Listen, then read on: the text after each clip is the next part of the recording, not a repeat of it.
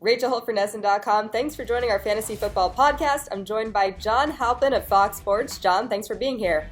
You're welcome. Lots of injuries this week, huh, Rachel? Lots of injuries, and you're the fantasy football expert, so we're going to pick your brain a little bit. We have a lot of questions, and Sammy Watkins is one of those guys that really hasn't produced. I know he's dealing with a foot injury. Do you think he's worth it for fantasy owners to keep on your roster, or would you look elsewhere in the wide receiver position? I wouldn't dump Sammy Watkins if I owned him. I know you have to be disappointed because you were looking at potentially a top 10 wide receiver. You probably drafted him in the third, maybe even second round. Well, you have to scale back your expectations on Sammy Watkins because it sounds like the foot is going to be something he tries to play through. So you kind of have to ride with the ebbs and flows of his season. That doesn't make him a guy you cut, though. I still would think that maybe he'll have some good games. You probably don't have 4 receivers on your roster that are better than him. It's just that top 10 season you were hoping for, you're probably not going to get it.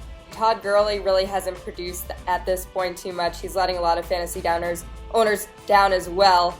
Is he one of the guys where you have to skew your expectations for him as well? I would like to buy low on Todd Gurley if I could. I would like to trade let's say, number 2 wide receiver to get Todd Gurley, and here's why. Everybody's worried right now because he had 2 bad games. The thing with them, everybody's saying, well, they have a bad quarterback and a bad offensive line. This is no different than the Rams were last year when Todd Gurley got 1,100 yards rushing in 13 games, and he was the 3rd leading rusher in the league. He's going to be someone who has huge games and then maybe struggles sometimes, but that's what you bought when you drafted him. You knew what he was, and maybe you thought he'd step forward, but I still think Todd Gurley's going to have a strong year, and if you could float some offers out there for him, you might be really happy you did.